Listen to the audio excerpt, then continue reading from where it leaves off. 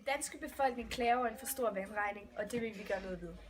Vi har udarbejdet en idé, som vil formindske dit forbrug af vand, og samtidig har det en økonomisk fordel. Vores produkt er et internt vandværk, som renser dit brugte vand, hvilket gør, at du kan genbruge vandet.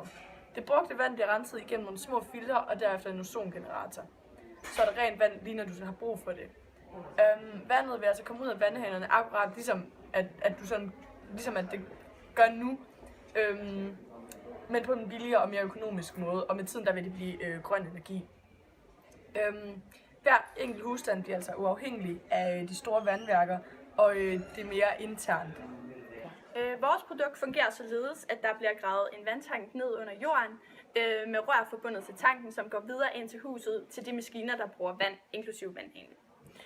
Når der tændes for vandhanen eller vaskes tøj i vaskemaskinen, ryger det brugte vand tilbage gennem nogle andre rør, hvor der sidder små filtre, hvor vandet bliver filtreret, og derefter bliver det renset af en ozongenerator og er klar til at blive brugt igen efter kort tid.